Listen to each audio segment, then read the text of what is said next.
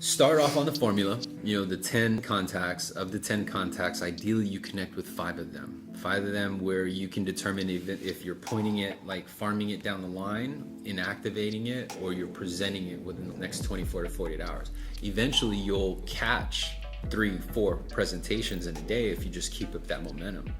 But it makes it easier to manage and say, okay, well, I don't need to, however many calls I need to make. And most of these will be outbounds, right? Because you're already hoarding it. And so now it's your opportunity to work on your outbound skill. And so now the outbound is not necessarily an outbound. Why it's kind of looked down upon is because you're like, well, these people are not going to want to buy. They're not going to want to buy if you ask them to buy. But if you say, hey, I got value for you first, let me go and bring in according to an idea, they'll buy the idea.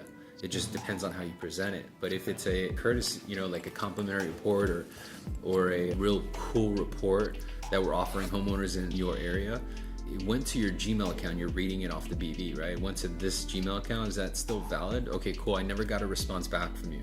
All you're doing is naming things that's familiar to them. And so they're giving you more trust, they don't know it.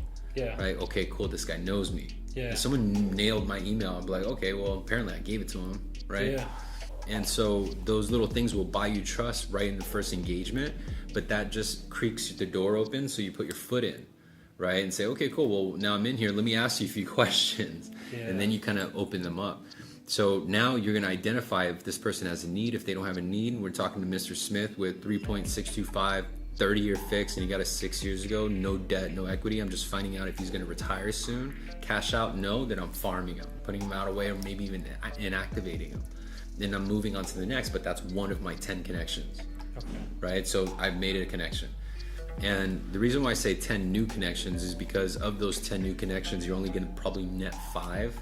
Of those 5, you're going to find out you probably only pitch 2. But of those 2, my goal is to help you convert, if not both, one of them. Okay. Right? And so now it dummies it down to where you're not necessarily having to juggle so much, because there will be active leads, like people that you've been working with, thinking it around, kicking it around, right? And say, hey, call me here, let me know this. But usually right now we should be able to identify who's worth our calendar.